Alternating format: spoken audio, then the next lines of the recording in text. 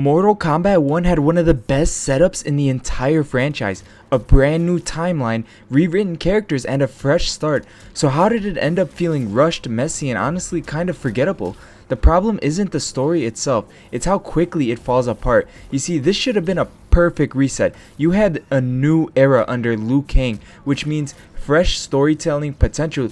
NetherRealm could have branched out and literally went anywhere with any of these new characters and created something amazing from scratch. They had a chance to fix their old mistakes and repetitiveness in the old timelines, and when they brought back all these 3D era characters, they could have revitalized them and rebuilt them from scratch. This wasn't supposed to be just another MK story, this was supposed to be the reset. Now, if you guys don't know me by now, I'm Mr. Frosty Flames, but you can call me Mike. I do gaming news, reviews, and everything, FGC, and just gaming in general. So if you like this video, make sure you drop a comment, share, and subscribe to join the Frosty Flames Legion. Now back to the video. Now, MK1 had a strong start, but it just doesn't last. The early story is grounded and interesting. I remember watching and playing that first intro cutscene and that first chapter, and I was like, man, this is a movie. This is good. The chemistry between young Raiden and young Kung Lao is good. The setup for Kronika coming back and talking to the young Shang Tsung and helping him defy his destiny, this was really good. This was actually peak MK. And the initial world building, when it showed Outworld being a beautiful place rather than some barren wastelandish area, and showing Earthrealm and all the different areas, Johnny Cage's mansion, building Johnny Cage, showing his wife, and then showing Kenshi with Sento and all their beef and stuff. That was really good. But what kills the whole thing is the pacing. The pacing is just really fast. Major events happen too quickly. Even in the name Mortal Kombat, that represents the tournament to decide Earthrealm or Outworld's fate, and it's just in one chapter, in the Raiden chapter, and then characters just don't get enough time. Big moments don't feel earned. Important moments just sort of happen, and then the game moves on. And that's really bad because you have no time to actually explore this Liu Kang timeline and explore the characters and build relationships with them. And an example of an event that happens which is just paced too fast and just rushed is this Outworld Civil War thing. Now, I'm sure they're gonna go more into it in the next games, but in this game they built it up to be a major thing. It was even in the trailers and everyone thought it was gonna be a big focal point of the story. However, this happens in the span of like 2 chapters. Yeah, you always had that tease that Shao Kahn and Reiko and Motaro Goro, all his goons, were gonna take over and do this coup and try to kill Melina and steal the throne. But however, when it does happen, in I believe the Li Mei chapter, when they actually do attack, it's solved within the matter of just mere fights, with Li Mei and then I believe Sindel afterwards. And then after that, the even worse part is you defeat them and then it's over. The Outworld Civil War is finished and they imprison Shao Kahn, Reiko, and all his people. However, the next thing that we hear about them is that they randomly escape at the end of the game, right? And I believe that was actually in Chaos Reigns. They say that he escaped, but they will deal with him later because of the whole Havoc situation. However, it is all just rushed. We get no time to see Shao Kahn or his side or anything. There's no character building. It just sort of happens and the characters are just going through the motions. And if you're gonna do a story mode, you gotta do it right. We don't deserve trash or something, because again, Mortal Kombat 1 barely has any single player content. The story mode is something for this casual player, so you gotta make it good. And this is the biggest thing that kills a story, and this is like a top tier fumble. Like, there's very little chance to recover from this because it's always gonna be there, and that's the multiverse.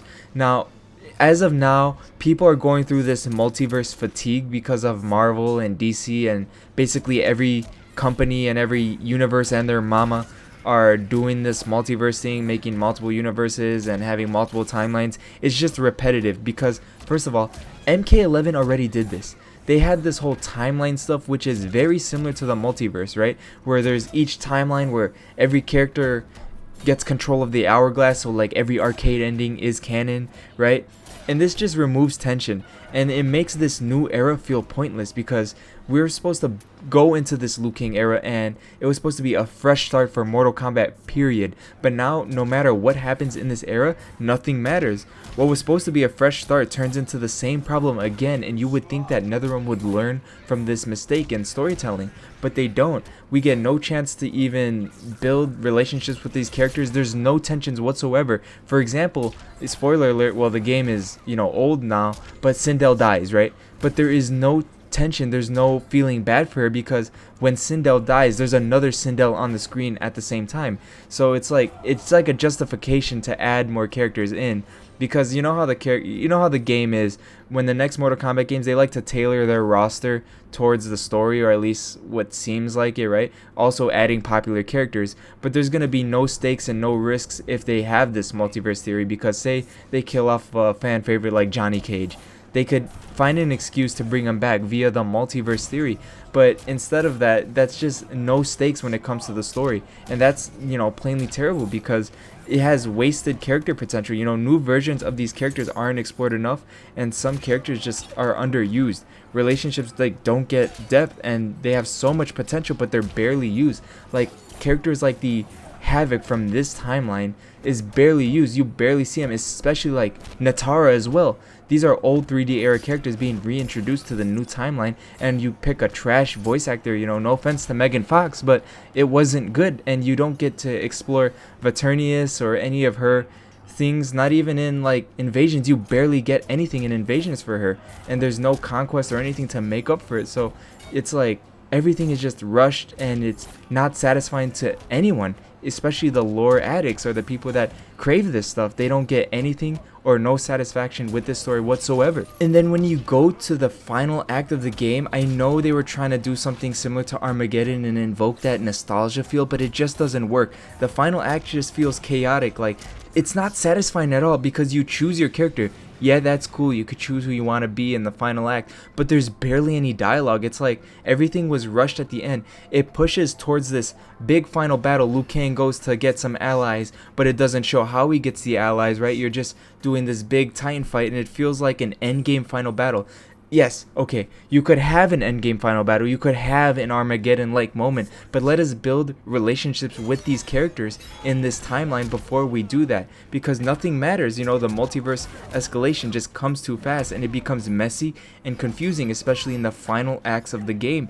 It loses the grounded tone completely, and the story doesn't build to a climax, it just explodes into chaos for no reason. And don't get me started on Chaos Reigns. Chaos Reigns was supposed to be a DLC add-on story that everyone thought was going to set up for the next MK game, sort of like how MK11 Aftermath did, but it ended up being a complete fail. It just felt like an excuse to get Cyrax Sector and Noob Saibot into the game as selling points, right? Because that game just felt like an Invasion season. Now, Invasions is supposed to be, a new Titan from a different timeline comes to invade ours and tries to take over, right? That's essentially the plot of Invasions and the plot of Chaos Reigns. Havoc, you could say, is a new Titan from another timeline invading our timeline and making things way worse for everyone in our timeline. In our timeline, we gotta put together the Mortal Kombat Avengers to stop them. Yeah, it had its cool moments, but the story just straight up sucked. I mean, it was just a cinematic Invasion season, and that's not what we deserve. We deserve something better for our timeline, and something that sets up for Mortal Kombat 13. And with all this combined, it just really paints a picture that Mortal Kombat 1 has no clear identity when it comes to the story. It starts as a grounded reboot with the Liu Kang timeline and ends as a multiverse spectacle. It doesn't commit to just one direction. MK1 doesn't fail because it tries something new. It fails because it doesn't stick to it. Now, what could MK13 do to fix it? They could stick to one timeline, slow down the pacing, and develop characters properly, and you could even focus on emotional storytelling. And this connects to like what I was talking about in my other videos. If you haven't seen them, go watch them. I talk a whole video about what MK13 could do, even down to the gameplay, to make that whole franchise better. But story wise, yeah, they could stick to the Liu Kang timeline. They need to make something, in the story. I don't care what it is, make something in the story where we're bound to our own timeline and make the characters matter. Now, what do you guys think? This is just my take. Does MK1 actually mess up its story, or am I just being too harsh on it? And more importantly, what does MK13 need to do to fix it? So if you like this video, if you liked everything that I was saying, if you enjoy these commentaries, I know it was a short one today. I usually do let's plays and playthroughs as well. If you want to see me, my face cam, and me playing horror games or any other game, just drop a comment what game you would like me to play, and go on my channel and watch my other videos if you like it. Subscribe and join the Mr. Frosty Flames Legion for more breakdowns like this on just FGC related and other games. Anyways, you guys have a good one. Thank you for watching. Mr. Frosty Flames out.